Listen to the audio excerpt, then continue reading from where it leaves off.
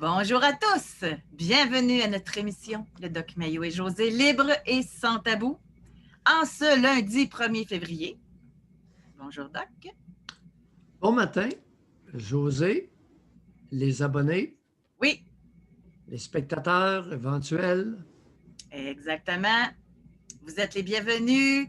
Vous pouvez lever la main dès maintenant pour prendre votre privilège de parole.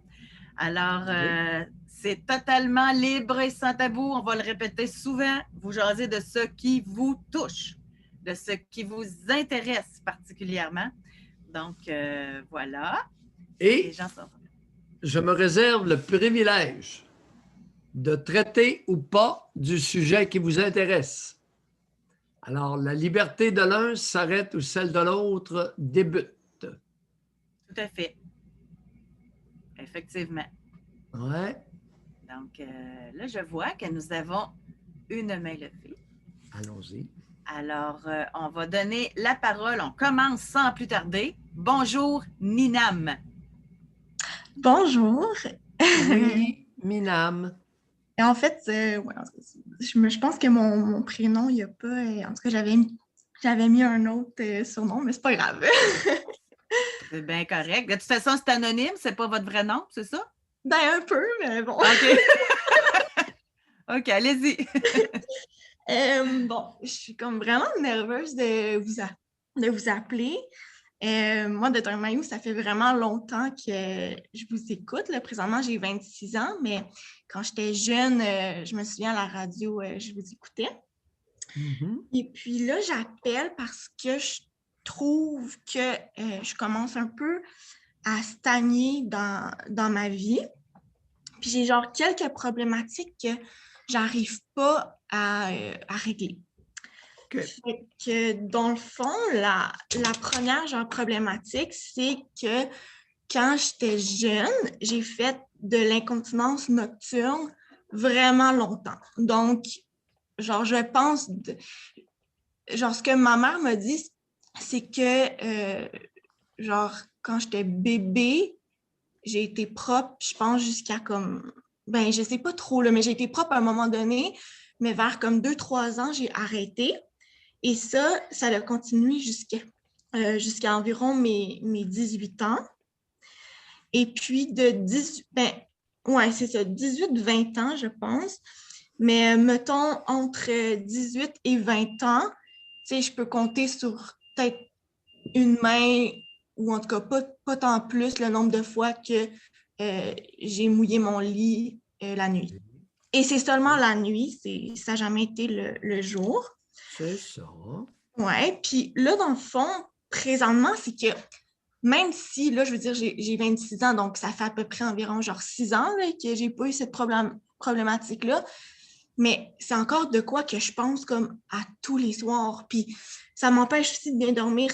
Si, mettons, j'ai genre un partenaire ou quoi que ce soit, là, c'est vraiment angoissant la nuit. Là, genre, je dors vraiment pas bien. En fait, je dors juste pas, je pense.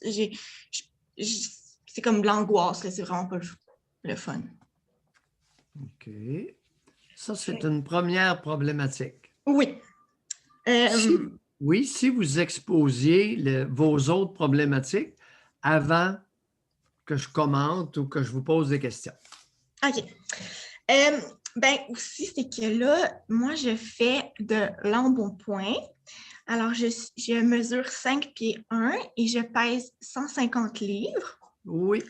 Et dernièrement, je me suis mis un peu sur le régime cétogène, puis aussi le jeûne intermittent. Ça fait depuis intermittent, excusez.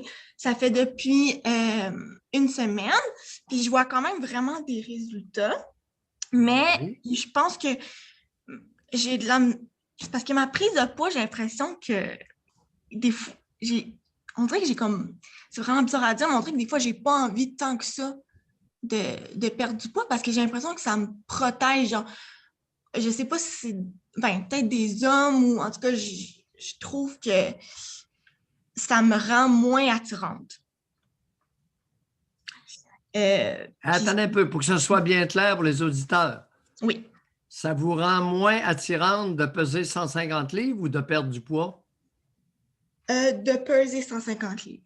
Parce que je pense que si je perdrais du poids, je serais plus attirante. OK. Ouais.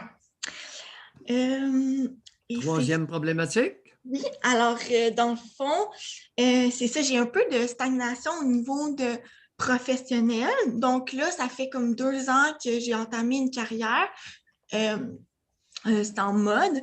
Et puis, je me sens pas du tout accomplie. Puis, j'ai fait beaucoup de changements de carrière depuis genre mes 18 ans. Ben, en tout cas, depuis que j'ai commencé à étudier. Et j'arrive pas à être épanouie. Tu sais, comme là, présentement, j'ai aimé ça, mes études, mais là, je me retrouve, puis j'ai un travail qui me plaît pas tant, que je me sens pas que je suis à mon potentiel, tu sais. Et puis, ouais, puis aussi, ben ça, c'est professionnellement. Puis, mettons, j'ai un peu de la misère avec les hommes. J'ai de la difficulté à dater, surtout comme dans le moment présent avec... j'ai l'impression que pour moi, la seule manière que je peux dater, c'est avec les applications, les trucs comme ça. Puis j'haïs ça. J'aime vraiment pas ça. Je trouve qu'on peut pas vraiment savoir à qui qu'on a affaire juste avec une photo, puis juste en jasant. Tu sais, j'aime pas ça. Je trouve que j'ai souvent peur que ça soit, mettons, une mauvaise personne, puis que je sois prise dans une situation qui soit comme désagréable. Puis, ben, c'est ça. D'autres situations problématiques?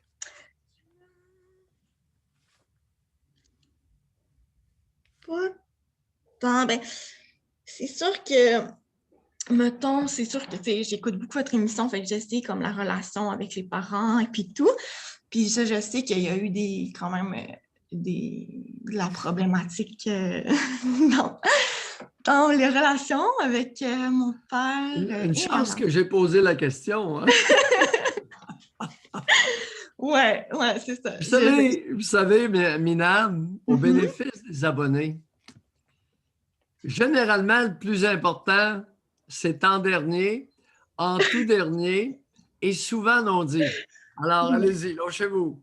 Okay. Vous alliez parler de votre père quand je vous ai coupé la parole. Oui. Ben, en fait, c'est un peu bizarre là, parce que je sais que ma mère, elle écoute l'émission. Aucun problème là, lâchez-vous. OK, bon. Si elle n'est pas contente, qu'elle raccroche.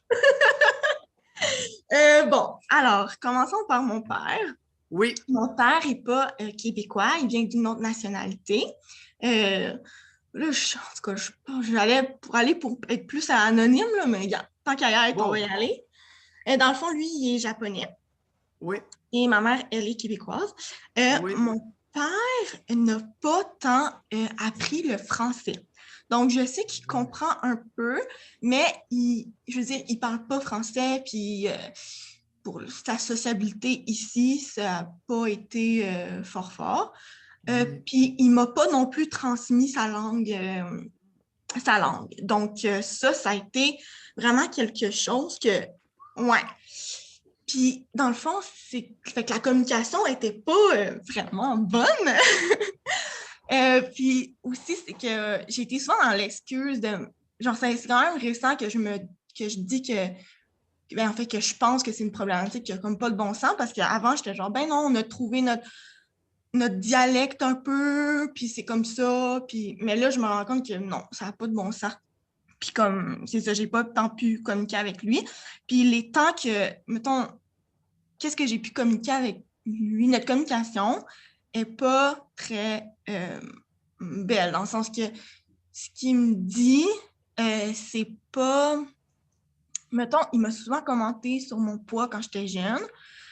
Il m'a fait un peu comme dire de faire attention parce que j'allais ressembler à ma mère ou parce que j'allais prendre du poids ou quoi que ce soit. Puis quand j'étais jeune, j'étais vraiment pas du tout en embonpoint. J'étais toute petite, là, j'avais vraiment aucun problème. Là. Fait que ça puis je filais tout le temps bizarre par rapport à ça. Puis je comprenais pas pourquoi il me disait ça. Puis c'est ça.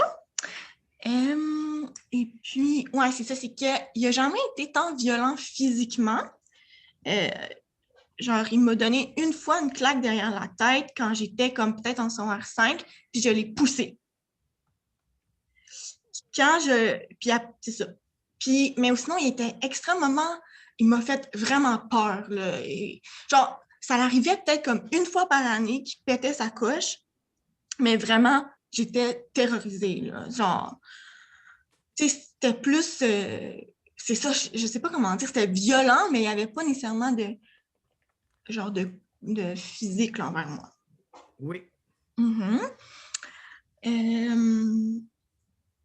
C'est pas... Ben, c'est ça qui me vient à l'esprit là, présentement. Votre mère maintenant. Ben, ma mère, j'ai quand même eu ben, je pense, une belle relation avec elle. Je sais pas vraiment. Dans le sens que, oui, bon, je pense qu'elle a répondu quand même à mes besoins de base, mais j'ai senti tout le temps qu'elle avait peur. Tu sais, elle était beaucoup dans la peur. Tu sais, mettons, elle avait peur que je fasse du vélo. Je sentais tout le temps qu'il y avait une peur reliée à ce que j'aille, mettons, à aller chez des amis ou... je sais pas, j'ai vraiment senti la peur, là. Puis j'ai vraiment senti la peur des hommes à travers elle. En tout cas, j'ai vite compris que je pouvais pas tant avoir confiance ou... En tout cas, je sais pas trop. Comment elle réagissait quand elle voyait que votre père vous terrorisait? Mais là, c'est ça l'affaire aussi. C'est que, dans le fond, quand ça se passait, il n'y avait pas de dialogue après. C'était comme le silence, puis c'est comme si on passait à autre chose. Puis c'était vraiment weird. Genre, il n'y avait pas de... C'est ça, il n'y avait comme pas de dialogue. On oubliait ça vite. Même, tu sais, moi, j'oubliais pas le genre. Oui. Le problème de communication que vous avez eu avec votre géniteur, on pourrait le soupçonner entre les deux parents, n'est-ce pas? Le japonais, il n'a pas appris le français. Est-ce que la québécoise a appris le japonais? Non. Ça fait combien d'années qu'ils vivent ensemble? Vraiment longtemps, là. Je pense que, genre, mettons, plus que 30 ans. Là. 30 ans. Ils font comment pour communiquer, si je peux juste me permettre cette parenthèse-là? Ben, c'est comme, c'est bizarre à expliquer, là, genre. Mais tu sais, c'est parce qu'il y a comme des mots que, mettons, ils vont dire... tu sais, parce que je pense que là, il comprend vraiment mieux le français, mais il parle en anglais aussi, un peu. Je sais qu'il y a comme... OK, c'est leur langue dans laquelle ils communiquent en anglais, mais c'est ça? ça reste que c'est pas fluide, là. Tu sais, c'est pas de l'anglais fluide, là. Qu'est-ce qu'il fait, le bonhomme? Il est cuisinier, il est chef. OK, c'est un chef cuisinier. Ouais. Alors, il s'est permis de vivre, d'épouser une Québécoise, travailler au Québec, puis français, l'anglais, on baragouine. Est-ce que j'ai bien compris? Exactement. Tabarnouche! Ouais. Puis votre mère, elle est bien là-dedans de... Hey, moi, pour pouvoir communiquer, là, j'aurais de la misère. Mais je sais, puis tu sais, moi, c'est comme... Je me rends compte à quel point c'est tellement pas un modèle que je veux pour moi. Là, Elle pèse combien, votre mère, à l'heure actuelle, à peu près? Mesure combien et pèse combien? D'après moi, elle est comme peut-être 5 pieds 4-5, quelque chose comme ça. Oui. Elle fait de l'embonpoint, mais j'arrive pas, je sais pas. Genre peut-être... D'après vous? Genre peut-être 180, 190, 200. OK. 190, 200 livres. C'est une obèse. Mais l'affaire, c'est ça, c'est que... En tout cas, c'est pas genre...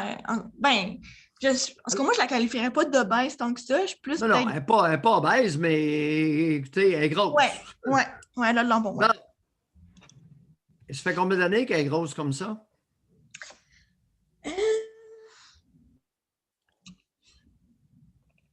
Ben, je pense peut-être comme... À peu près, je pense, quand elle nous a eu... quand elle a eu ses enfants. Combien d'enfants? 2. Ouais. Et qui fait à manger à la maison? Principalement mon père. Qui vous engraissez comme on engraisse un porc? Ben, c'est ça, cette question-là, j'ai vraiment beaucoup réfléchi parce qu'à un moment donné... J'espère que vous y avez réfléchi. Oui, une émission là-dessus. Puis dans le fond, c'est que, genre, je sais que techniquement, vu que c'est mon père qui me faisait à manger, je pense que oui, c'est mon père. Mais en même temps, me semble, tu sais, moi, j'ai des souvenirs de, genre, quand je jouais vraiment au soccer quand j'étais jeune. Puis j'ai des souvenirs que, mettons, après le match, parfois, on revenait à la maison, puis mettons, on achetait un sac de chips, puis tu sais, il y avait comme des mauvaises habitudes là qui venaient pas nécessairement de mon père, qui venaient de ma mère. Fait Oh! mais c'est pour ça, mais en même temps, À deux, ça va bien pour engraisser comme un ben, porc, c'est ça. sa fillette. Ouais, c'est ça, Alors, ils se sont ligués contre vous. Alors que vous jouiez au soccer. Ouais. Combien vous pesiez quand vous jouiez au soccer? Ben, pas beaucoup, là. Attends, j'avais peut-être comme 9-10 ans, puis je devais peser pas, je sais pas, là, je me pesais pas tant à cette époque-là, mais genre, je sais, genre 70 livres, 80 livres? Non, en tout cas, je sais pas si ça a de l'allure. Vous étiez pas boula, d'aucune façon. Non, non, non, aucune façon. Mais les deux se sont ligués contre vous pour vous rendre boula. La peur. Ouais. À partir de quel âge que vous avez eu peur? Vous avez commencé à avoir peur? Oui, ben, vraiment jeune, je pense, c'est avec la colère de mon père, mettons. Je pense que ça m'a assez traumatisée jeune. Ouais. Oui, à partir de quel âge? À partir de quel âge qui faisait des colères une fois par année et vous terrifiait, le bonhomme? Je suis comme pas sûre, baby. Tu sais, mettons, à partir de 2 ans, je suis pas sûre. Tu sais, j'ai pas de souvenirs concrets. Ouais. Mais mettons, ça m'étonnerait pas en tout cas, que ça soit lié à cet âge-là. Mais mes premiers souvenirs, je pense, c'est autour de comme 4-5 ans. Là. Ouais. Vous étiez propre à 2-3 ans, à 3 ans, puis vous avez commencé à uriner la nuit après Ouais. avoir été propre pendant un bout de temps. Ouais. Puis ça, je sais que, tu sais, comme vous parlez beaucoup des pères qui terrorisent leurs fillettes, puis Ouais. aussi, tu sais, comme mettons qu'il y a de la violence, puis un enfant va juste faire comme, va se faire pipi dessus. Mais c'est ça, tu sais, comme, moi, je me dis, ça m'a tellement traumatisée que la nuit aussi, mais en tout cas, ça me dépasse un peu, là. Ouais. Ouais. Le japonais qui fait peur. Une fois par année, il fait une de... Pardon? Il faisait vraiment peur. Vraiment. Oh oui, peur. puis la bonne femme aussi en avait peur. Ben, j'imagine, là. Pourquoi qu'elle est-elle demeurée avec lui? Avez-vous idée? J'ai aucune idée. Parce qu'elle est sais. grosse. Je vous garoche ça. En plus, parce que, je veux dire, je trouve que mes deux parents sont quand même assez débrouillards. Fait que je sais qu'elle se débrouillerait, là, tu sais, comme... Minam! Il rapporte combien par année, votre père? Je sais pas. Je sais vraiment pas, tu sais, dans le sens qu'ils ont été travailleurs autonomes. Je sais qu'il y avait des années... Votre père gagne combien par année, puis votre mère gagne combien par année?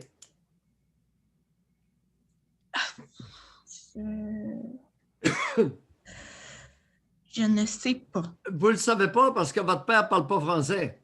Exact. Ah. Ouais. Mais tu sais, Mais on le était rythme pas... de vie, es-tu au-dessus de la moyenne? Non, mais c'est ça, tu sais, on n'était pas vraiment riches. Genre, on n'a jamais fait de vacances, des trucs comme ça. Vous le savez pas. Vous avez aucune idée. Mais non, tu sais, je le sais pas. Mais tu sais, on n'a jamais... Il n'y a pas de communication. Il n'y a pas d'échange verbaux. Non. Tout ce qu'il y a, c'est une fois par année, il pète une crise. Ça, vous le savez. Ça, je le sais, ouais. Secondaire 5, il vous crisse une claque dans le derrière de la tête. Il vous a dompté en secondaire 5. Vous avez compris le message? Ouais, puis en plus, c'est tellement weird parce que, genre, je parlais au téléphone. Tu sais, c'était le matin, je pense que je parlais à une de mes amies pour un sujet d'école, je ne sais quoi. Puis il y a quelque chose qui l'a insulté, puis il m'a... Mais je l'ai poussé. Puis j'ai vu dans son regard qu'il a été surpris. Une pareille défense m'impressionne, Minam. Vous y avez donné une petite poussée? Oui.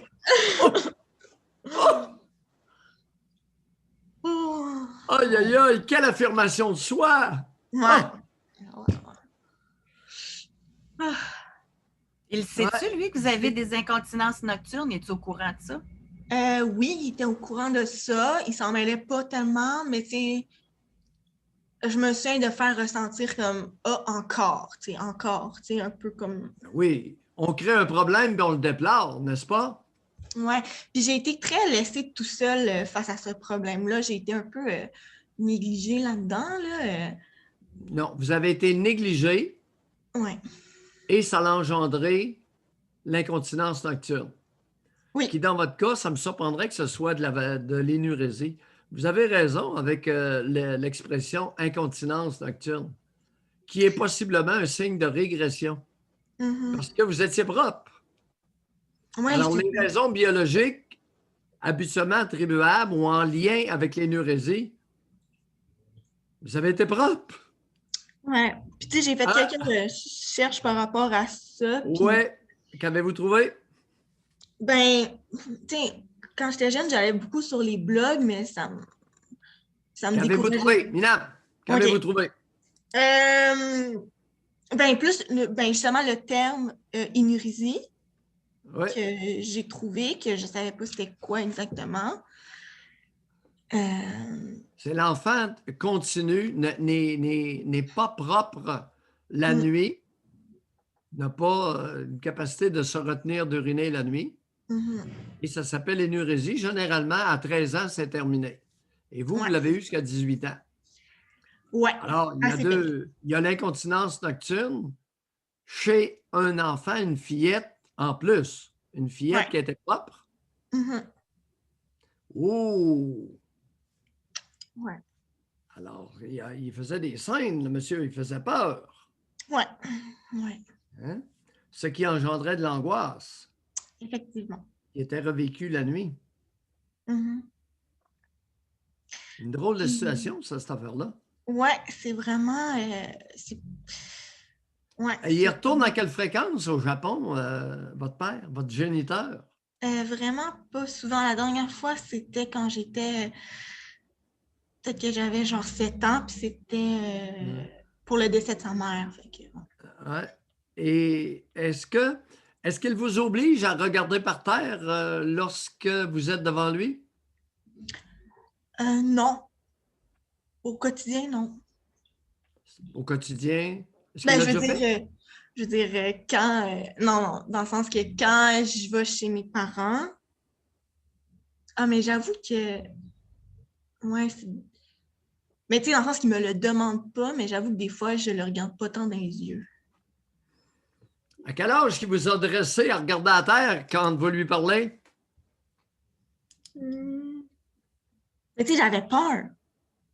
À quel âge aviez-vous suffisamment peur de lui pour regarder par terre lorsque vous lui adressiez la parole?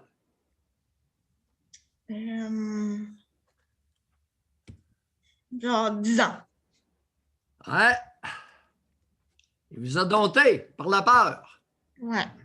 Les Japs se regardent par terre face à l'autorité, les amis culturels, n'est-ce pas, Minam? Oui. Il vous a dompté.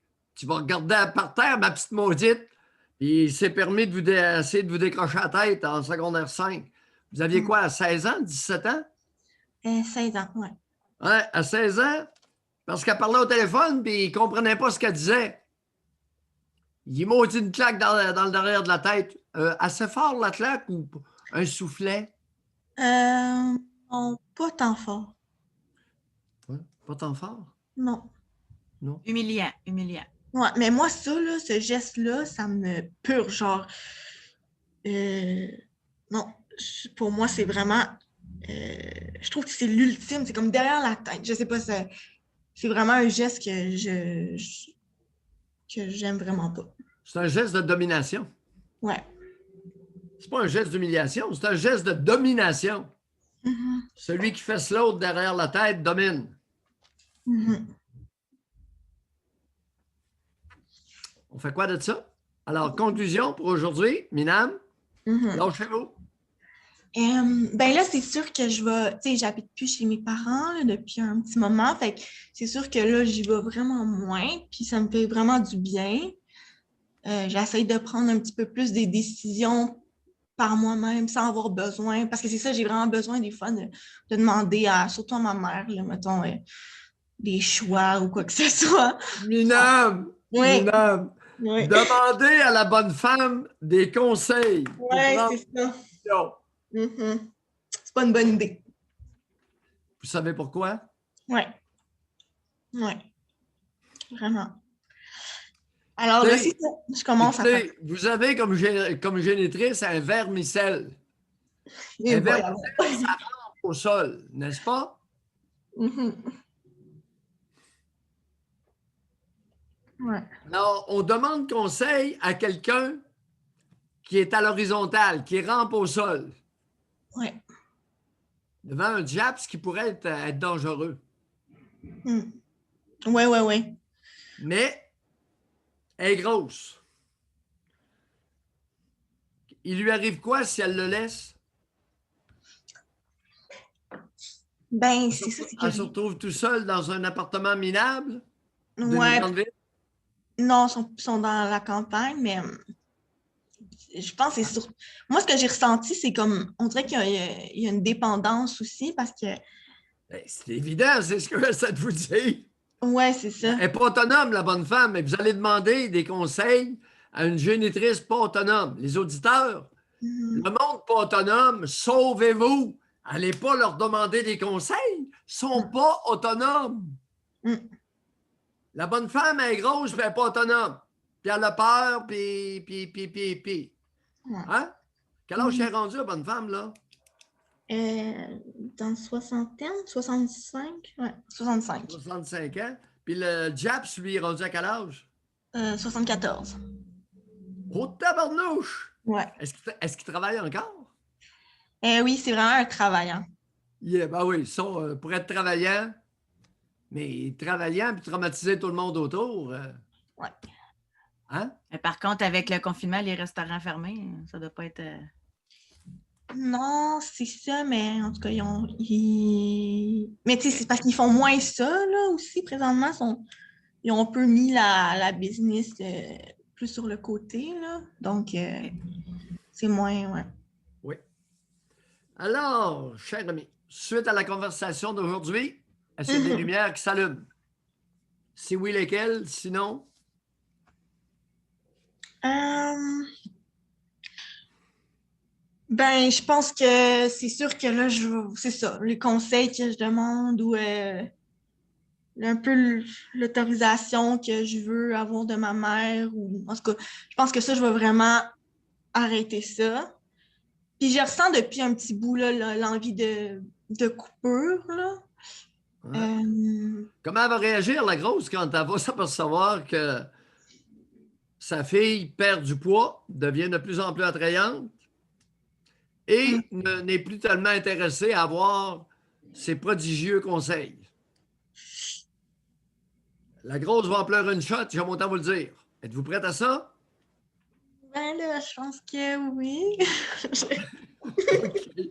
Rappelez-nous dans quelques mois. Merci Bye, beaucoup. Lina. Merci. OK, merci. Appel très intéressant.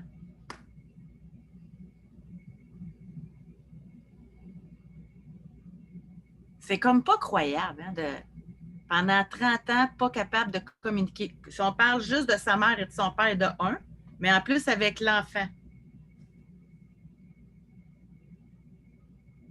C'est vraiment pas croyable. C'est pas... Elle peut bien avoir peur des hommes, là. Elle a ça comme modèle, là. Une fois par année, fait une crise. Terrorise tout le monde. La bonne femme, la fille. À 10 ans, on regarde à terre. Hey, les Japs, cibole, ici, là, c'est permis de regarder les parents en pleine face. Les Asiatiques, là, passez-vous le mot. Les courbettes, c'est pas québécois. Y a-tu quelqu'un qui vous l'a déjà dit? Je vous le dis à matin. Ah, mais il lui a jamais demandé de regarder à terre. C'est mignon. Il lui a juste fait peur. Oh, pauvre Asiatique, fais pitié pareil. Mais oui, mais sa tradition, sa culture. José, sa langue.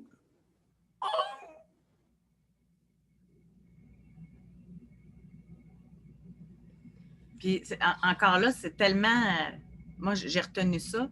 Sa mère qui était surprotectrice. Elle avait peur pour elle de tout. Mais quand son père, elle le terrorisait, elle n'était pas là. Non, elle était terrorisée, elle aussi. Lorsque les hommes primitifs font leur ramdam de gorille, c'est pour instaurer une atmosphère qui va durer une année. C'est bon pour la bonne femme, c'est bon pour les enfants, c'est bon pour la fillette. Qu'est-ce que tu penses du processus d'engraissement? C'est le diable qui fait à manger, puis c'est la bonne femme qui achète les chips. Collusion intrafamiliale pour engraisser les enfants comme s'ils étaient des porcs voués à l'abattoir. Mais j'ai quasiment envie de me permettre de quoi, là. Puis à la gang, on le sait plus, là, OK? Mais ma connaissance des Japonais, il n'y a pas beaucoup d'obésité chez les Japonais. Exact. Fait que c'est-tu vraiment le père qui engraissait sa fille ou c'est la mère qui engraissait sa fille? Parce que c'est pour ça que moi, j'ai un doute, là. Ou les deux. Ou les deux. Il n'est plus au Japon, là. Parce que c'est réputé même que les Japonais, ils vivent plus longtemps, sont en meilleure santé. Est-ce que Lay's exporte des chips au Japon? Est-ce que Humpty Dumpty exporte des chips au Japon? Non, mais il y a plein de nationalités qui ont vu l'obésité augmenter depuis que ça s'est américanisé. Ça, je suis bien d'accord, là. Puis les Chinois en sont une preuve. Il y en a maintenant beaucoup d'obésité chez les Chinois. Mais les Japonais, c'était plus... dans les études sur les centenaires, dans les études, c'est souvent... Oui. En tout cas. On va poursuivre. Donc, on va parler avec Régent. Bonjour, Régent. Bonjour, Doc. Bonjour, José. Régent. Oui, bien, suite à un infarctus en 2018, en juin 2018, disons que je voulais savoir pourquoi j'avais fait mon infarctus. Et 2 jours après avoir fait mon infarctus, j'ai fait une crise de foie sévère. Donc, et là, j'ai rentré à l'hôpital pour 2 semaines.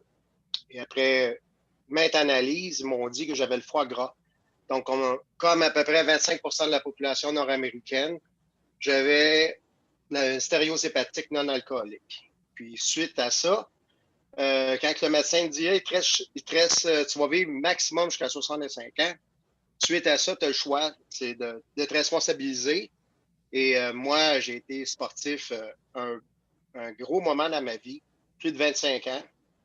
J'ai 22 ans de karaté, ceinture noire 3e dame. Donc, puis suite à une fracture de la cheville, j'avais arrêté. Et puis, Doc, j'ai pris 10 livres par année pendant 10 ans. Et là, j'ai découvert le régime cétogène. Donc, et puis, c'est merveilleux parce que le régime cétogène, en coupant le sucre et les carbs, automatiquement, ça donne un break au foie. Et en plus, ben, ça aide le cœur. Maintenant, ben, j'ai maigri plus de 65 livres. Et je poursuis, là, ça va 1 livre par semaine, 1,5 livre par semaine, ça va très bien. Et puis, c'est sûr que les médecins n'ont pas le temps. Quand tu t'assis devant eux en clinique, ils ont 5 minutes, ils n'ont pas le temps de te... Dans le fond, ils ont le temps de te conscientiser, mais pas de t'instruire. Donc, j'ai découvert sur YouTube Dr. Berry, puis Dr. Berry et Dr. Buzz. Ken Berry. Oui, absolument. Et cet homme-là a changé ma vie parce qu'il y a des webinaires comme un peu vous, là, je suis membre, là, et puis je ne vous lâcherai pas parce que ça fait des années que je vous suis. Des années, vous m'avez responsabilisé. Lors de mon divorce, là, quand vous avez dit des fois, le jus d'une nonne, ça vaut-tu la peine de payer le prix? Ça m'avait un peu passé à une grosse réflexion. Hein. Oh boy, oh boy. Aïe, je l'avais pas entendu, celle-là. Ben, José, c'était la belle époque. C'est la première fois que je l'entends. Le jus de la noune peut être trop cher payé. N'est-ce pas, Régent? Oh que oui, Doc. Oui. Alors, dans ce temps-là, on change de noun. Puis là, mon problème un peu, Doc, ce matin, c'est parce que depuis 2 ans, Laure, quand ils m'ont toutes fait les analyses, parce qu'ils voulaient savoir à l'hôpital pourquoi j'avais de la température. C'est à cause de mon foie, mais ils m'ont fait passer toutes les batteries tests, l'hépatite A, B, C, VIH, tout était négatif. Oui. Mais là, j'ai vraiment peur. Moi, ça fait 2 ans que moi, j'aimais ça de temps en temps. Les petites filles de club, là, j'aimais ça. Je trouvais ça pratique. Je coupais les coins ronds avec, tu sais, je suis un homme d'affaires, puis le temps, c'est de l'argent. Donc, souvent, je coupais les coins ronds. Au lieu de cruiser, j'aimais mieux, disons, avoir recours à certains services. Et j'ai tout arrêté ça fait 2 ans. Je ne peux plus me permettre, disons, de me faire... j'ai vraiment peur, parce qu'il faudrait que je pogne une hépatite avec ma maladie du foie gras. Je peux vous dire que ma prochaine partenaire va avoir des examens sanguins. Je suis rendu là, je ne peux pas me permettre. Je suis un petit peu plus conscient qu'avant, mettons. Mais Régent, vous devez sûrement le savoir, là, si vous suivez Canberry, que le foie gras, ça peut facilement être renversé. Bien, facilement, ça prend un petit peu de temps, là, mais avec le céto. Parce que le monde, il pense que c'est le gras, foie gras, que c'est à cause du gras, mais c'est à cause du sucre que les problèmes surviennent. Fait que moi, j'en connais plein de gens qui avaient un foie gras, puis finalement, maintenant, tout s'est stabilisé. Là. Oh, le sucre, puis moi, c'était dans mon cas, je ne suis pas trop sucré, je ne suis pas trop dessert, mais moi, c'était le pain, les croissants. C'est vite fait. Moi, je suis barbier là, dans le barbershop, fait que tu rentres le matin, un café croissant, hey, ça va-tu bien, là? Et puis, la même chose, donc, je vis au BC maintenant, là, j'ai complètement, je ne peux pas me permettre de faire un effectus en pelletant, mais je vais au gym à tous les jours, une demi-heure, 1 heure de gym. De marche. Puis ici, ben c'est beau. Je vis à Victoria, BC. Donc, je marche à tous les jours. C'est merveilleux. Les baies, c'est merveilleux. Donc, j'ai la chance de marcher tous les jours. Il fait 7-8 degrés. Et pour reprendre l'expression du doc, avec 65 livres en moins, vous devez avoir le choix de jus. Ça doit être plus facile. Disons que les rectos matinales les plus convaincantes, des fois, ça me surprend. Ça me surprend un peu plus le matin. Ça fait longtemps que je n'avais pas vu ça. Parce que c'est comme la libido. C'est ça. Surtout sur la testostérone. Sur ma testostérone, je ne l'avais plus, Doc. J'étais gros et je l'avais plus. Je bandais mou. Puis là, m'a dit le petit bois est dur. Bon. On est bien content. Pendant combien d'années vous avez eu recours à des petites filles dans les clubs, comme vous les appelez? Ben, disons que c'était partie de ma clientèle. Vu que j'étais coiffeur et hétérosexuel, beaucoup de filles sur ma chaise s'assoyaient sur ma chaise et j'étais spécialiste d'extension. Donc, il y a beaucoup de filles qui s'assoyaient sur ma chaise et qui, dans le fond, qui travaillaient dans cette industrie-là. Puis, je trouvais ça pratique. Puis, je trouvais ça...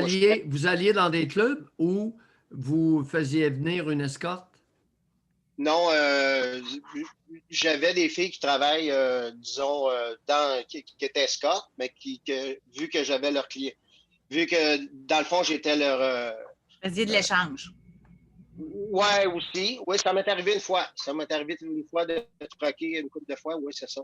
Et puis, mais j'ai toujours été très ouvert. Et puis, je trouvais que, premièrement, c'était vraiment différent. Au niveau, c'est que moi, quand les filles te rappellent, puis ils veulent sortir avec toi, puis il n'y a pas d'argent, parce qu'il a peut-être passé un bon temps aussi. Là, souvent, là, c'est que...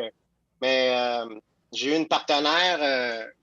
qui était infirmière et qui, pour ses études, a fait ça. A fait de l'escorte pour payer ses études. Et on va vous dire de quoi, on ne se couchait pas de bonne heure. Et puis, il faut être coachable un peu. Donc, c'est comme... après ça, je trouvais ça... je restais un peu accro à ça. Je restais un peu accro...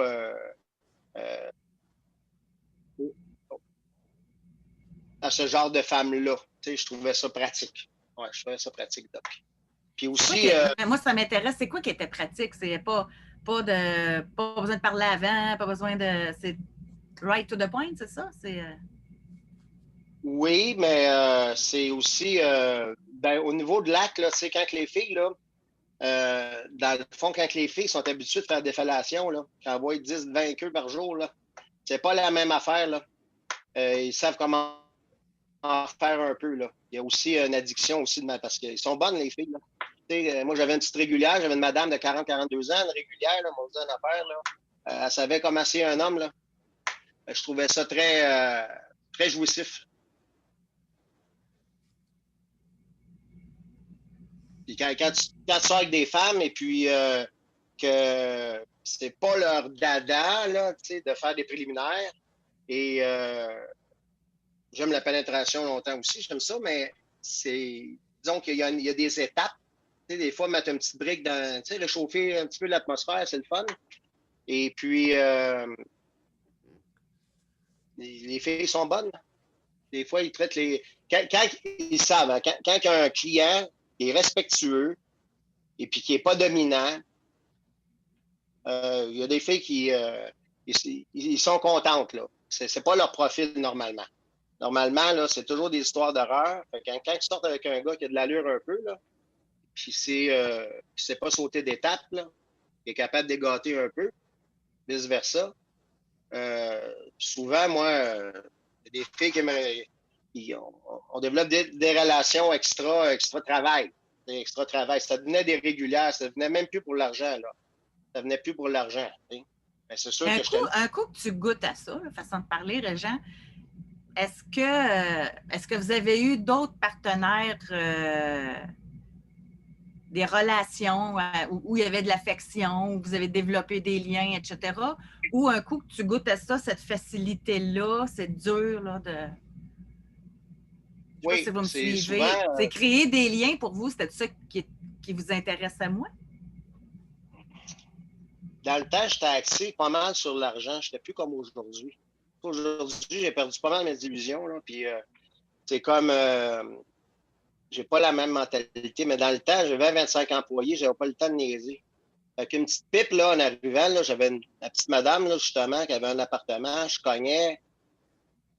C'était fait, 15-20 minutes, c'était fait. Merci, bonsoir. Je trouvais ça pratique. C'était comme, j'avais pas besoin de rien. Par contre, oui, j'ai toujours été marié 10 ans. Après ça, j'ai été en couple des périodes de 5 ans. Et puis pour l'engagement, ben là, ça, je vais rappeler. Parce que c'est peut-être, je le sais que c'est une problématique que je travaille dessus. Parce que c'est sûr que c'est plus facile, je n'ai pas à m'engager. Vous avez quel âge? Quel âge avez-vous actuellement, Régent? 54. 54 ans, Doc. Mm-hmm. Et puis j'ai été... oui. José a fait allusion à de l'affection dans la relation, dans le type de relation que vous entretenez avec des femmes qui se font payer. Insinuant qu'il y a peu ou pas d'affection. Pardon?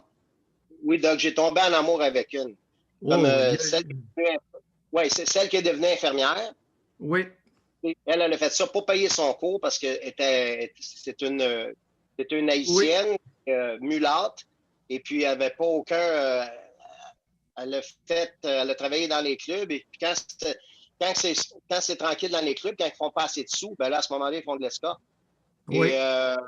Et puis, j'ai resté 5 ans avec. Et pendant qu'elle restait avec moi, c'est sûr que la fille, elle n'a pas travaillé parce que moi, j'ai dit, finis ton bac au lieu d'être préposé bénéficiaire, va faire ton bac comme infirmière. Oui. Est-ce qu'elle l'a complété? Oui, elle a complété, puis elle travaille pour la Croix-Rouge aujourd'hui. Quand il est arrivé le séisme, aujourd'hui, elle travaille pour la Croix-Rouge en Haïti. J'ai perdu ma blonde, mais ça a été la femme de ma vie. Mais elle me traitait, wow! Elle savait c'était quoi un bon gars, parce qu'elle en a eu des gars, là, elle en a eu des chaudrons là, dans son passé.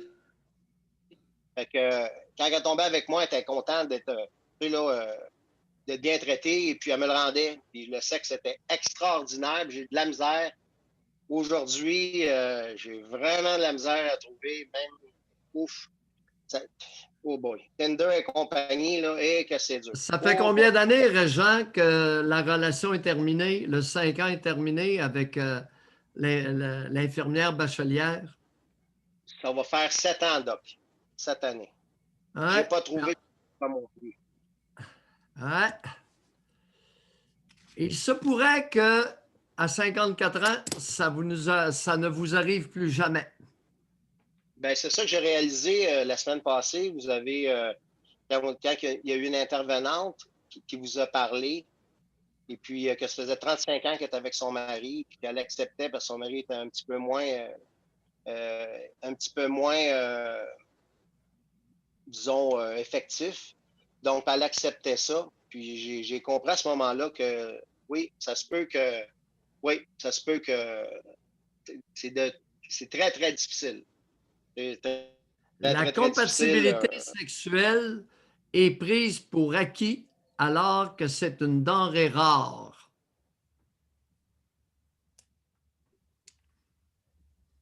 Oui, oui. Puis, Excellent, Régent. c'est vrai, Doc, parce que c'est absolument vrai.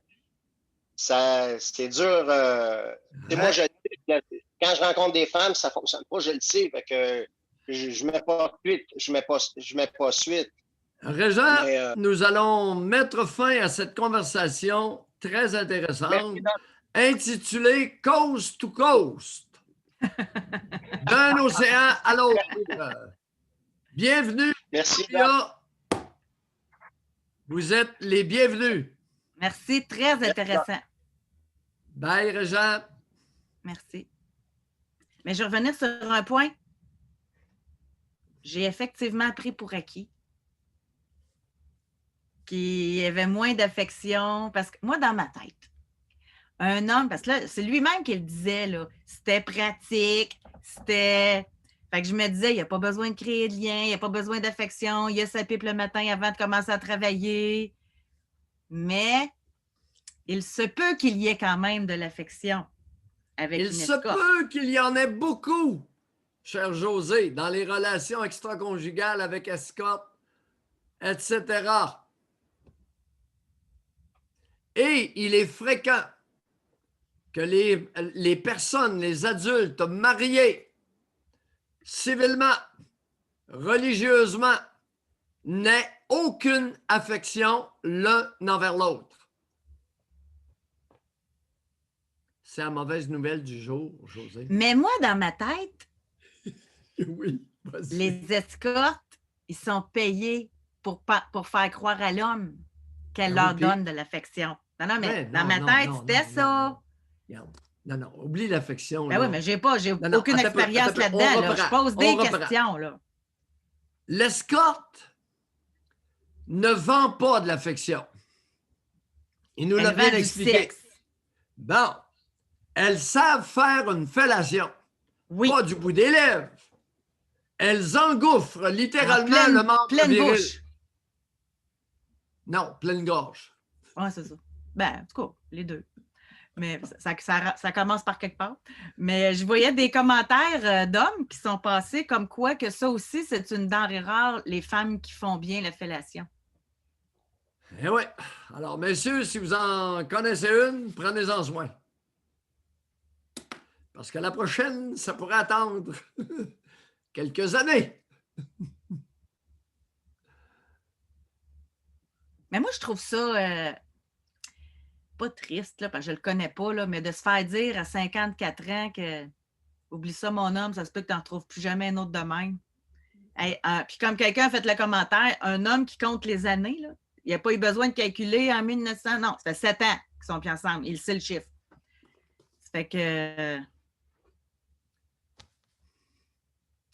Mais, José, les abonnés, spectateurs, il y a quelque chose d'unique ici. Puis je ne suis pas sûr que vous l'avez vu passer. Notre barbier s'est payé des services sexuels. À un moment donné, est tombé sur une infirmière aux études. Avez-vous remarqué la question que je lui ai posée? Il lui a permis, en 5 ans de vie commune, qu'elle devienne bachelière Oui, en soins infirmiers. oui, Elle a maintenant un poste important dans la Croix-Rouge, oui, fort bien rémunéré, oui, fort probablement à son goût. exact. Puis un coup qu'elle a tout eu ça, elle est partie. Non, non, c'est pas grave. Mais c'est pas grave, pauvre lui, Non, là. c'est pas, non. Elle ne Mais au lui moins, il devait aura rien. vécu, il aura vécu un beau 5 ans. Bon, voilà! Il l'a connue comme escorte, il l'a connue comme conjointe. Les deux combinés, ça a dû durer plusieurs années. 5 à 7 ans, minimum 5, une couple d'années avant. On parle d'un cycle de 7 ans. Et il lui a permis, il l'a supporté financièrement pour qu'elle devienne bachelière en nursing.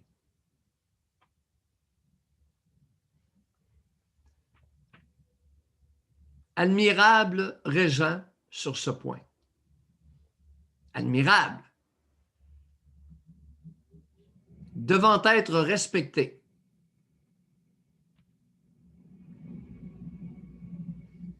Mais en fait, c'est un échange de bons services. Non, non, c'est ça. C'est pas un saint homme, là. Elle. Saint homme. Non, non, c'est parce que c'est Elisabeth qui a dit ça. Elle est ironique. Je ressens son ironie, là. Non, on jase, là. Lui, ça faisait son affaire. Il y avait une femme qui l'excitait à ses côtés. Elle, ça faisait son affaire. Elle a fait ses études payées. Elle n'avait plus besoin de faire de l'escorte, là. Fait que les deux, au même moment, se sont amenés mutuellement avec ce qu'ils pouvaient se donner. Fait que ça a duré 5 ans. Minimum. Vous pouvez lever la main en passant. La voix est libre. Donc, ceux et celles qui veulent nous parler. Hey, réaction, lâchez-vous. Oui, ça m'étonne qu'il n'y ait pas de réaction là-dessus. Comment vous n'êtes pas habitué de pouvoir réagir? La salade voulant nous faire croire que les escortes sont toutes des toxicomanes. Vous en allez où avec ça? L'exploitation sexuelle de la femme par les gros méchants hommes qui payent des services sexuels. Mais il y en a, par contre. Appelez-nous! Non, mais c'est pas Bon, parce je vais qu'elle nous est... écouter. Doc. Là. Dans un club de danseuses, le nombre de femmes qui disent qu'ils font ça pour payer leurs études en droit, là, c'est pas tout vrai, là. Faut pas tout croire, là. Là, oui, on a une preuve, là. Là, lui nous l'a dit, etc., mais c'est pas tout comme ça non plus, là. Puis je suis pas méprisante en disant ça, là. José, Oui, depuis 30 ans, il y a dans certaines villes où sont dispensés ou est dispensé de l'enseignement cégep et université des femmes, des jeunes, des étudiants qui, 2 soirs par semaine, vendent des services sexuels. oui. Ce que j'en sais, c'est que ce sont des clients qui m'ont consulté, qui m'ont appris ça. Des clients de ces femmes-là. Oui. Mais on peut en faire une généralité, ça veut dire? Pardon? Non. Je pense pas qu'on peut plus en faire une généralité, là. Ah, non, C'est c'est qu'ils sont justement... tous aux études et qu'ils font ça pour payer leurs études, là. Non, c'est précisément... Il y en a de tout, là. C'est précisément pour mettre fin à la généralisation que toutes les femmes qui se font payer pour des services sexuels sont exploitées, sont des toxicomanes, etc. Et généralement, ce mépris-là, cette envie vient de femmes. Mesdames, vous avez encore des choses à apprendre sur le fonctionnement sociétal actuel. Donc, c'est vous là, qui nous apprenez qu'une femme, c'est pas les femmes, puis qu'il ne faut pas généraliser. Puis il y en a vraiment de tout. Moi, je crois totalement que cette infirmière-là s'est servie de tout ça pour réussir à payer ses études, puis qu'elle a une job qu'elle aime, etc. Mais c'est pas tout le temps ça. Je pense pas que c'est une majorité. Tout à fait d'accord. Oui, tout à fait d'accord. C'est ça, c'est juste ça. Okay. Il y a de tout, oui. Okay. Oui. On va parler avec Chris. Bonjour, Chris. Oui, bonjour. Ça va bien? Vous m'entendez? Oui, Chris. On vous écoute, oui. Bon, moi, Doc Maillot, j'avais une problématique que j'aimerais approfondir, voire même enrayer si possible. Depuis environ une dizaine d'années, là, je m'aime pas. Puis chaque fois qu'on me fait des compliments, j'aime pas ça. Puis est-ce que j'ai fait une expérience en fin de semaine avec un de mes amis? Puis il me disait, coudonc, tu es tout le temps en train de te dévaloriser, de ne pas t'aimer, de ne pas t'accepter, puis de te trouver moche, puis etc. Puis là, je pense que ça commence à comment on dit, à me causer problème un peu dans ma vie. Là. Fait que j'aimerais ça qu'on puisse décortiquer ça davantage, s'il vous plaît, Doc. Là. Vous avez quel âge? 39. Vous savez, c'est quoi le problème? C'est ça que je cherche. À 39 ans, vous voulez commencer à approfondir une problématique qui vous a nuit jusqu'à maintenant. Oui. À 39 ans, vous appelez tout d'un coup un bon matin et vous dites « Oh, je veux enrayer ça ». À 39 ans, je ne vous croirai pas. Ce que vous avez toléré pour les 25 dernières années, pourquoi voudriez-vous le changer? Parce que je trouve que c'est fatigant toujours s'auto-dévaloriser, s'auto-saboter, s'auto-trouver moche, Vous pensez que je vais embarquer dans cette rhétorique-là ce matin? Je n'ai jamais dit que vous pourriez embarquer. Moi, c'est une question que je me posais en fin de semaine puis que je me disais, j'ai essayé de trouver de l'aide ou quelque chose. Oui, trouver de l'aide, vous êtes bien certain? Oui, vous avez des outils de base, si je pourrais m'exprimer ainsi. Oui, trouver de l'aide, trouver des outils. Qu'importe. Trouver des trucs? Oui. Trouver des trucs qu'on va pouvoir déjouer assez facilement, qu'on va s'amuser à déjouer? Peut-être, simple hypothèse de ma part, que si on réussit à trouver l'origine de tout ça, ça pourrait éventuellement faire quelque chose de bon. J'imagine, je ne vois pas pourquoi. C'est votre souci de remonter à la source qui me turlupine ce matin, Chris. Ah oui, et pourquoi, cher ami? Ouais.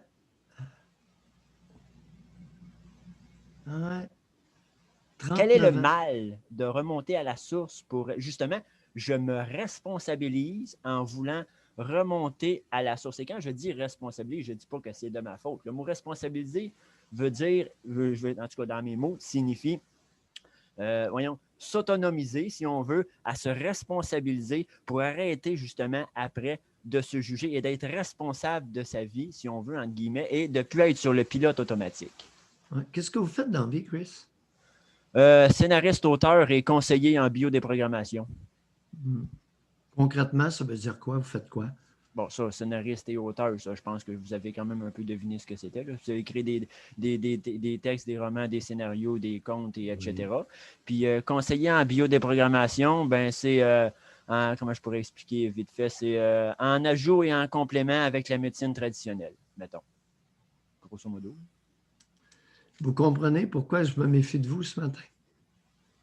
La déprogrammation, Chris, la déprogrammation, justement, c'est pas pour aider quelqu'un comme vous qui était programmé à s'auto-saboter.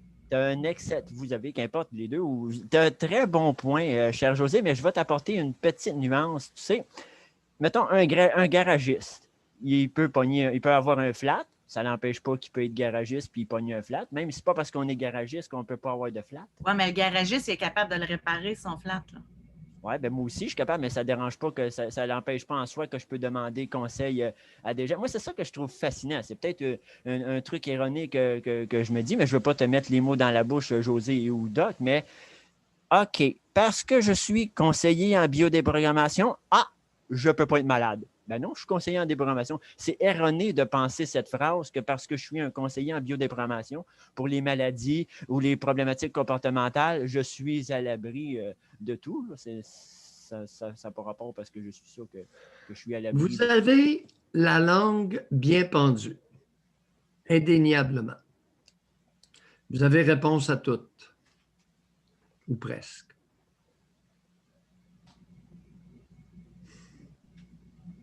Vous avez 39 ans. Vous avez à toute fin. Quand est-ce que vous allez avoir 40? Dans combien de mois? Dans 11 mois, à peu près. OK. Vous venez d'avoir 39. Vous êtes à l'aube de la quarantaine. Oui.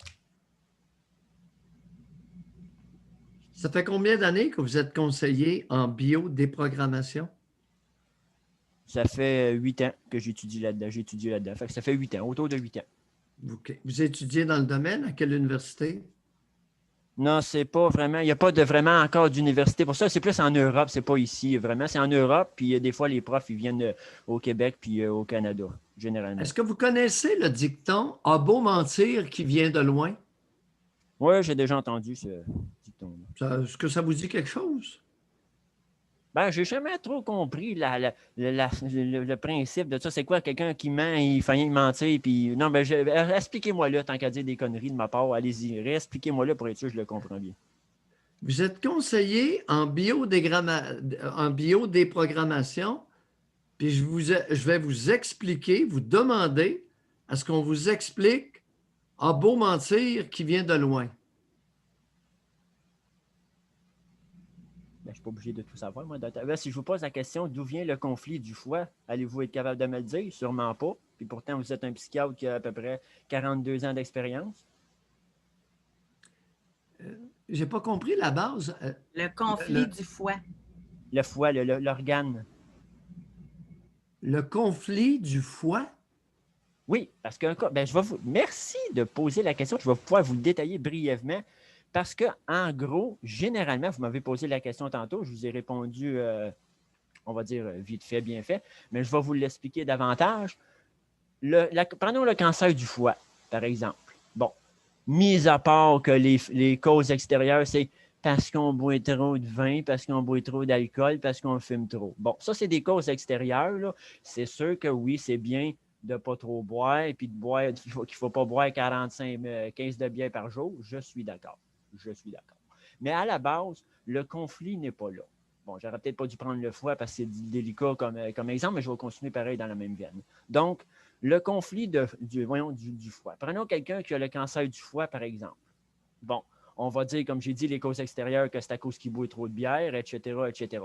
Mais en réalité, si vous prenez, par exemple, quelqu'un qui a un cancer du foie, généralement, parce qu'il y a plusieurs chemins pour aller chez Doc Mayou et ou José, donc généralement, on prend les chemins les plus fréquents. Donc, généralement, le conflit du foie, entre autres, c'est un grand conflit de manque. Quelqu'un qui manque d'argent, manque d'amour, manque de X qu'on voudra.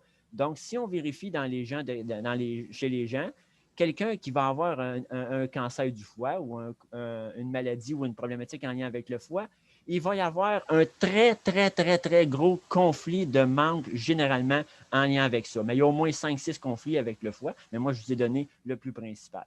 Puis pour le poumon, c'est un autre truc. Pour le diabète, c'est un autre truc. Pour l'arthrite, l'arthrose, etc., etc. Fait que peut-être que celui-là, vous ne le saviez pas. Puis pourtant, mon cher Doc, vous avez au moins 42 ans d'expérience. Fait que c'est pas parce que je ne sais pas un petit problème, entre guillemets, soi-disant bidon, que ça fait de moi un tapon ou si ça.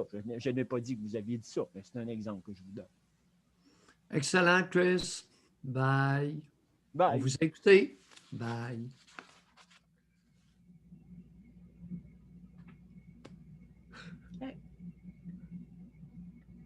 Le champ est libre. Qui veut prendre la parole? Vous pouvez nous parler dès maintenant. Vous êtes les bienvenus. Vous pouvez réagir à quel que soit le propos qui vous aura donné le goût de lever votre main. Donc, c'est maintenant le temps de le faire. C'est très varié aujourd'hui en passant comme appel. Je trouve ça super intéressant. Vous avez l'air songeur, vous, de votre côté.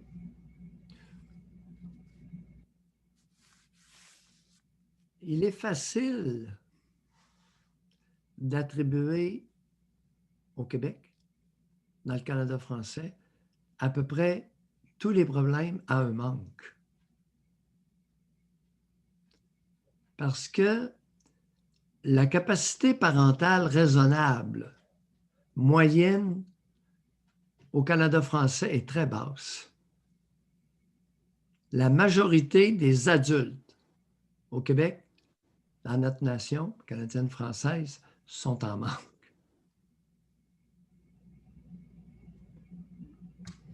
C'est vraiment une généralisation qu'on peut faire parce qu'elle dépasse de loin, à des degrés différents, le 50 %.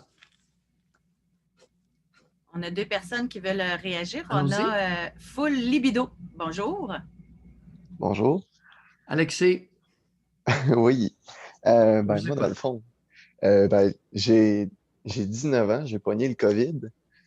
Ça fait quelques jours que je suis pogné dans ma chambre parce que j'habite chez mes parents. Puis Oui. je suis quand même en tabarnak de voir qu'on met l'économie à terre puis qu'on arrête tout comme ça pour vraiment genre ce que je vois. Là.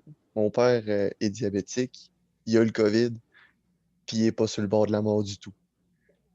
Ça me fâche parce que moi, je me dis que je vais payer énormément pour ça bientôt. Là. Ben, bientôt. Plutôt jusqu'à la fin de mes jours. Puis, concrètement, on sauve du monde qui sont sur le bord de la mort. Ça m'insulte. Expliquez-vous, allez-y, vous avez le droit de parole ce matin. Oui, Lâchez-vous. ça Où est m'insulte. l'insulte? Ouais, Ça expliquez-vous. m'insulte parce qu'on dirait qu'on se crisse de nous autres, les jeunes. On nous prend pour des caves. C'est encore comme si on était trop cons pour comprendre que, ouais, tu comprends pas, ben c'est plus. C'est comme si on était des pas de cœur de penser comme ça. Ben, que je pense comme ça. C'est-à-dire, Ben, de se dire c'est qu'on devrait mettre de l'énergie aux bonnes places puis s'occuper des isolés, là, le monde qui sont mourants, là, et glisser dans une boîte, plastique, je sais pas, s'organiser pour qu'ils soient corrects, là. Puis que nous autres, les jeunes, si on peut se vivre puis faire rouler l'économie puis tout. Hey, j'ai 19 ans, là, puis ça fait 1 an que je n'ai pas été au bar parce que c'est long, là, ma jeunesse, je la fais pas. C'est long. C'est atroce. Là, je suis enfermé dans ma chambre parce que je tousse. C'est sûr, je monte les escaliers puis je suis un peu essoufflé. Tu sais, je veux dire, ça frappe un peu, là, mais tu fermes pas l'économie pour ça. Ça n'a pas de bon sens.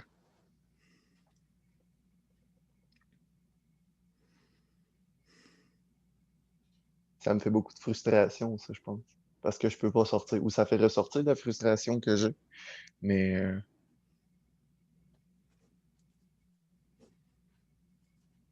ça me rend fou.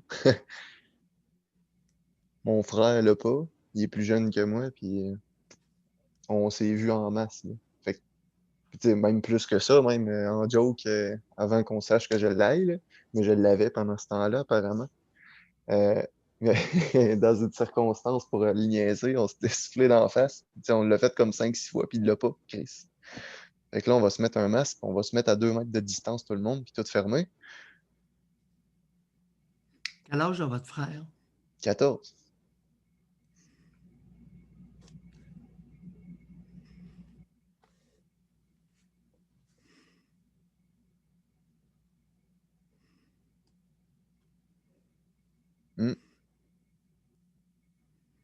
C'est un peu gênant.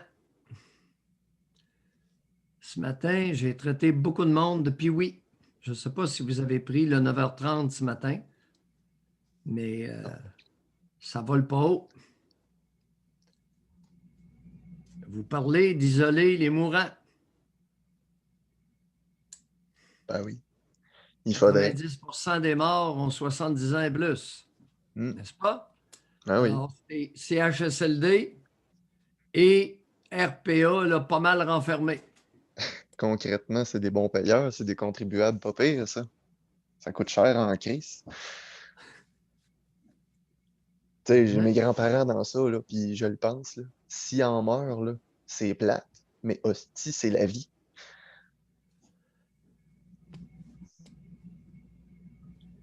La rhétorique risque de changer dans les prochaines semaines, Alexis. Vous n'êtes pas le seul à penser et maintenant à dire ce que vous dites. Comment vous avez trouvé ça? Que vous êtes étudiant à quel niveau? Êtes-vous encore étudiant, je présume? Ah non, j'ai arrêté d'étudier Ben, j'ai essayé le cégep un peu, puis j'ai pas trouvé ce que j'aimais. J'ai essayé d'aller en vente, puis bref, là, je travaille, je bûche. Vous bûchez Ouais. au sens propre du mot? Oh oui. OK, racontez. Racontez-nous Hmm. ça. Ben, Vous je êtes bûcheron? travaille, oui. Sur Ça allait la arrêter scie pour ou l'hiver. Oui, sur l'équipement, la scie. la machinerie? Oui, sur la scie. Pour une entreprise, pour vous? Pour le privé, pour sous-traitance pour Hydro-Québec. OK. Ouais, c'est Payez assez combien de payant. l'heure? Ah, Payez combien de l'heure? avec le bonus puis tout, on peut s'en sortir à 1500 heures semaine. Là. Puis on fait 40 heures. 4 jours. Mesdames, écoutez ça. Le gars ici assis, il a cessé de s'instruire 1500 heures par semaine. Ouais. Il y a des avocates qui vont vous envier, mon ami. À Mettons que j'en 19 ans, profite là, je mets ça de côté en astique. Yes, sir! Je fais pas ça toute ma vie. Non, non, 1500 heures par semaine. Ça commence à être du blé.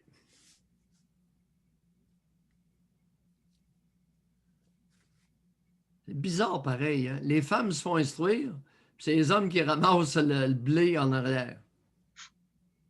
Ben, il faut dire que moi, je fais ça pour l'argent parce que je déteste ça. Là. Là, qu'ils Juste veulent une rien petite savoir parce parenthèse, qu'ils aiment le les métier. femmes qui Mais... se font instruire et qui sont médecins, ils font de l'argent, là, selon moi. Là. Oui, à part les médecins. À part les médecins, effectivement. Mais des avocates, là, 5 premières années de bureau. Ouais, comme les hommes, c'est pas plus payant, non. 1500 pièces par semaine. Tu sais, je compte ça. Je compte Claire, faire ça 1500 clairs par semaine. Ouais. Wow! Je compte faire ça une partie de ma vie, puis ben, une petite, là. Pour un court laps de temps, puis après ça, partir. Tu sais, je vais avoir une base assez pour m'acheter une maison, puis travailler dans de quoi que j'aime, là. Peut-être entreprise familiale. Là, je veux pas trop dire de Alexis, détails, puis que je m'identifie. est-ce que vous bûchez l'hiver aussi? Non, ça l'a arrêté. Ça arrête de quel mois à quel mois? De décembre à mai. OK. Ouais. Et là, vous avez quoi comme revenu de décembre à mai? Ben, je travaillais pour l'entreprise familiale. Puis là, c'est pas trop indiscret, à peu près à combien net par semaine dans l'entreprise familiale? Là, on est dans le salaire moyen. Là, OK, en salaire 20 moyen. piastres. Ouais, et vous recommencez en mai jusqu'à décembre. Ça, j'étais en décision. J'étais en décision, vu que j'ai travaillé une bonne partie de l'année passée. Oui, vous faites 7 mois à 1500 heures par semaine. Aïe, aïe! Ouais. Non, je ne fais pas, Alexis, j'adore, j'aime ça. Allez, on pile! Ouais. Bye! Bye! On a Homme 31 qui est là. Bonjour. Oui, bonjour à vous deux. Oui. Merci encore de m'accueillir. Oui, allez-y. Oui, d'abord, j'avais envie de... En fait, je voulais vous parler d'une situation que j'avais vécue, une réaction, mais en même temps, je trouve ça intéressant. Je voulais aussi réagir à l'appel de Chris, si vous me permettez. Ben oui, allez-y. Oh, oui. J'allais vous dire... La manière qu'il expliquait ça par rapport au conflit, je sais pas quoi, j'avais pas entendu ça sous cette appellation-là, mais moi, je trouve ça intéressant parce que ça m'est arrivé à un moment donné de consulter une thérapeute qui s'est nommée genre une thérapeute énergétique, là. Elle marche avec des pierres ou je sais pas quoi, là, des affaires de même. Puis, à un moment donné, j'avais raconté que ma mère était décédée du cancer du sein, nanana, puis là, elle m'a dit « Ah, comment qu'elle avait dit ça, non? » En tout cas, ben, elle est venue à dire que c'est typique chez les femmes atteintes du cancer du sein. En tout cas, ce serait comme un conflit de que c'est pas accompli, c'est pas épanoui dans sa carrière ou dans les choses comme ça. Je suis comme, ah, ok, donc. C'est particulier. Je pensais à cause qu'elle avait fumé toute sa vie, mais en tout cas. Attendez un peu, j'ai une question pour vous. Oui. Une sale question. Oui. D'après vous, quel est le pourcentage de femmes qui se sont accomplies sur le plan carrière dans leur vie au Québec, dans le Canada français? Quelle intéressante question. Hein? C'est drôle, je n'ai pas réponse, moi non plus. Voilà. Sont-elles majoritaires à 66-70 %? Possiblement. Possiblement. Est-ce qu'elle décède toute du cancer du sein? Non. Voilà. Vous savez, une femme épanouie dans sa carrière au Québec, je n'ai pas vu ça souvent. Dans ma vie. Mhm. OK. Ça vous avait fait Alors- quoi à l'époque d'entendre ça, juste pour conclure là-dessus? Ah, ben, je me disais, ouais, c'est sûr, c'est une drôle de coïncidence parce qu'en effet, elle n'a pas eu de carrière. Elle a été femme au foyer, puis il fallait qu'elle travaille bientôt. Je dis, ben, OK, ça donne que ça concorde avec ce qu'elle propose, mais bon, tiens, c'est pas Combien d'enfants a-t-elle eu, 2. notre femme au foyer? Pardon? 2, pardon. 2 enfants. Mhm, Femme au foyer, 2 enfants. mhm. Est-ce qu'on pourrait conclure qu'elle s'est pogné le beigne solide la majeure partie de sa vie? Ah, ben, relativement, oui. Je vous insulte pas en disant ça? Non. Normalement, il aurait dû, chers auditeurs, il aurait dû me tomber dessus. Tu sais, j'affirme que sa mère se serait pogné le beigne solide pendant longtemps. Je suis pas ma mère, moi. Mais pas... Oh oui. Vous n'êtes pas surpris d'entendre ça? Non, ben, c'est ça, ça fait un bout que je chemine là-dessus. Je dis, ouais, là, elle s'est pas bien dégourdie dans sa vie, là, puis elle n'a pas été très adéquate avec moi. Fait que bon, tu sais, je fais la part des choses. Hein. En plus, 2 enfants, racontez-nous un peu dans les grandes lignes le pire. Les pires attitudes envers vous de la part de votre génitrice, ça a été quoi? Ah, les pires. Ben là, ouais, je suis en train de penser à quelque chose que je vous aurais pas déjà raconté, mais c'est parce que sinon, les pires, je pense que j'ai déjà raconté là. Faire sentir mal quand il y a des allusions sexuelles ou. Ça, je ne l'ai pas raconté, puis elle est bonne celle-là aussi. Moi, à un moment donné, j'étais petit pré-ado. Je commençais à vouloir dormir nu dans mon lit. Il me semble que j'ai envie de dormir nu. Plus agréable. Ben, 1 ou 2 fois, elle m'a pogné. Elle rentre dans ma chambre, évidemment, sans cogner, sans avertir. Bon, tu te lèves. Là, elle enlève les couvertes. T'es tout nu? Qu'est-ce que tu fais là? Bien, tu sais, dans tous ces états, parce que je dors nu dans mon lit, dans ma chambre. Hey, c'est ça. Écoutez, la bonne femme, elle se réalisait pas, mais elle aimait votre petite graine. Ah ben ça. Pourquoi vous pensez qu'elle a soulevé les couvertes, la bonne femme? Pour voir l'évolution. Pour voir l'évolution de la graine. Ben, José, pourquoi tu penses qu'une femme lève les couvertes? Pour voir l'évolution de la graine de son fils. Non? Je n'ai pas eu de gars, moi, fait que j'ai pas connu ça, cet intérêt-là. Puis, Ouvre-toi, José, rassure-toi. Te connaissant, t'aurais jamais levé la couverte pour Non. regarder l'évolution de la graine de ton fils. Oublie Non. ça. Non, c'est pas n'importe quelle femme qui font ça. Mais la mère d'Alexis, elle l'a fait. Elle n'avait rien d'autre à faire que de se soucier de l'évolution de votre petite graine. C'était la chronique « L'évolution de la petite graine d'Alexis ». Avez-vous développé une bonne graine avec le temps? Pardon? Avez-vous développé une bonne graine avec le temps? Vous voulez dire consciemment ou. Non. Non. Ah non. Votre membre, Oui. Bon, oui, il est quand même correct, là. bien pense qu'il- membré? Oui, il est correct, je pense. Est-ce qu'elle est au courant? Ben là, elle est décédée, fait que ça. Bon. Mais avant de décéder, est-ce qu'elle était au courant que vous avez quand même bien évolué au niveau du membre viril? Ben, tu sais. Est-ce que moi, déjà venu. Ben, moi, j'avais compté que. Bon, des fois, la porte fermait mal, la salle de bain, puis là, elle m'avait déjà vu, là. Oh, peut-être en émoi quasiment. Bon. Mais j'étais pas. Tu sais, j'étais pas fin ado, là, j'étais comme milieu ado, en tout cas. Mais c'est vrai que, ouais, je peux vous conter une bonne affaire aussi, par exemple. Tu sais, on la met tout à l'étage, puis il y avait la salle de bain de l'étage, puis c'était là la douche. Bon, puis moi, quand j'allais prendre ma douche, j'allais dans cette. C'est la seule, bon.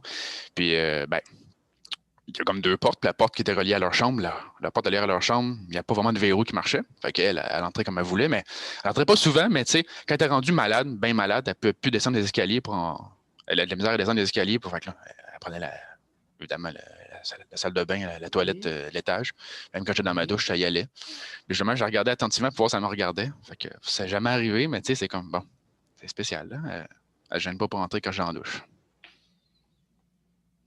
Jusqu'à quel âge, Alexis? Bon, ben, jusqu'à 17 ans, jusqu'à temps qu'elle meure. Là.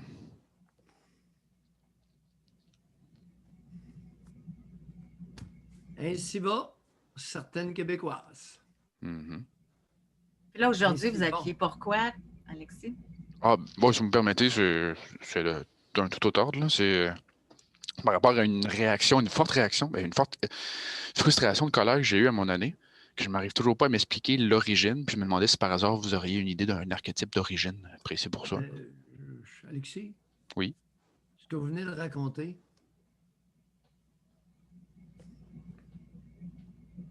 ce que vous venez de raconter a eu quel effet sur vous et votre développement?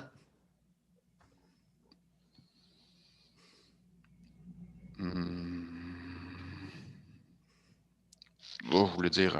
ouais. Est-il possible que ce que vous venez de raconter soit en lien avec la raison pour laquelle vous appeliez? Ah, ben non, ça c'est plus relié à une attitude de mon père. Puis c'est pas du tout, je trouve pas que c'est le même style. Non, c'est pas... Alexis, Oui. on fait comment pour devenir un homme adulte et viril avec une bonne femme qui est constamment aux aguets pour voir l'évolution de la graine de son fils? Comment on fait, hein? Hein? Bonne Comment question. fait-on, cher Alexis? Ça s'appelle de la castration psychologique. Ça, oui. Forte expression de colère. Mhm. Pensez-vous qu'une bonne femme qui lève les couvertes pour voir la graine de son fils en dessous, pensez-vous qu'il va être souriant rendu à 30 ans? Mesdames, que répondez-vous? De temps en temps, on va les interpeller un peu, n'est-ce pas, Alexis? Oui, donc. Maintenant, question, le bonhomme était où? Ben, lui, le bonhomme, puis qui travaillait beaucoup, mais il laissait faire. C'est Ben le oui. moment, le bas de la maison, tu sais. Alors, c'est correct. oui, maman amène. Mhm. C'était quoi son intérêt à laisser mener maman qui s'enquérait régulièrement de l'évolution de la graine de son fils?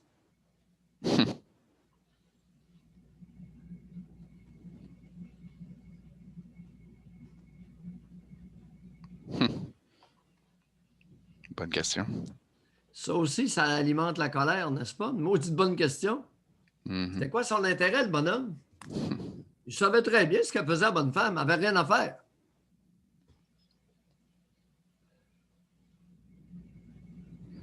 Elle suivait notre bon développement. C'est de ça qui fait penser. Ben, Alexis. Ben, d'accord, merci. Oui. Bonne journée. Oui. Elle suivait le bon développement de ces gars. Vérifiait l'allongement, la longueur, l'évolution de la graine des Ça testicules. n'a comme pas d'allure, sérieusement. Mais oui, mais José, c'est monnaie courante. Pas tout. Je commence à m'en rendre compte avec le nombre d'appels qu'on a, que les mères qui rentrent dans la salle de bain, qui rentrent, là, c'est rendu, qui lèvent les draps pendant que son fils est couché. Il a l'air tout posé. Moi, il me semble que je me serais révoltée. Cette fille. Il y a eu récemment une forte expression de colère. Tout à fait par hasard. Alors, il appelait pour ça, mais on a digressé sur autre chose. Mais il y a un double standard. Un père qui va dans la chambre de sa fille, adolescente, qui lève les draps pour regarder comment qu'elle est, là, ça fait une nouvelle. Mais on dirait que la mère a fait ça, puis personne ne dit rien. On en parle là, mais c'est pas fréquent. Moi, sérieux, là, on n'entend pas ça. On n'entend pas parler de ça, là. Oui, mais elle se soucie de l'évolution de la petite graine et des petites testicules de son gars. Voyons, José, c'est une mère concernée.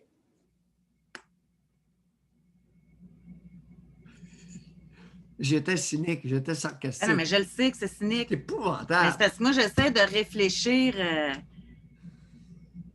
Ces femmes-là, là, elles se pensent correctes de faire ça. José, ce matin, je vais vous partager des commentaires que j'ai souvent entendus. Alors, il y a chez les Canadiens français des pères qui vont prendre le chandail de la petite, le lever pour faire un examen visuel de l'évolution des seins de leur fille. Ça, vous avez entendu ça. Ben voyons, à maintes reprises. Ben oui. Ben oui, il est soucieux. Il n'a pas touché. Il a simplement regardé l'évolution.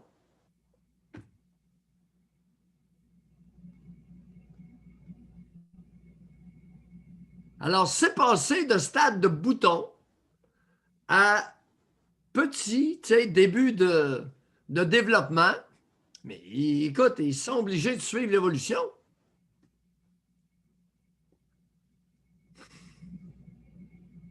Ça, c'est clair que c'est du monde qui n'a pas de vie sexuelle, là. Tu sais, la mère, ça avait du sexe avec le père d'Alexis, là. Elle aurait peut-être été moins tentée d'aller lever les draps et de vérifier là, où ce qu'on était rendu, là, sa petite graine. Là. Et à l'inverse, là, le père, au lieu de lever le gilet de sa fille, s'il s'occupait de lever le gilet de sa femme, il aurait peut-être des idées hautes, là, non? Mais il n'a pas envie de lever le gilet de sa conjointe.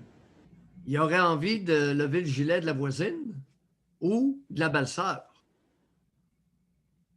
Pourquoi tu penses que la mère de la petite lui permet de lever le gilet pour vérifier l'évolution des boutons? Ah oui, ben oui. Elle garde l'homme au foyer et garde la paye au foyer. Money talks.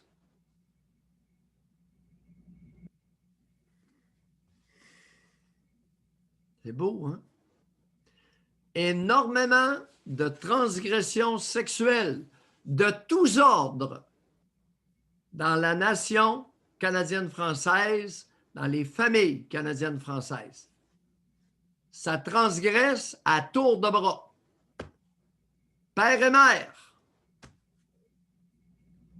que l'Église nous invitait au 4e commandement à honorer, peu importe ce qu'ils font. 4e commandement, Père et mère, tu honoreras afin de vivre longuement. Et ça excluait tout ce qu'ils avaient fait. Religion catholique. Ça continue. C'est ce qui complète notre émission. Merci beaucoup tout le monde. Merci pour votre participation.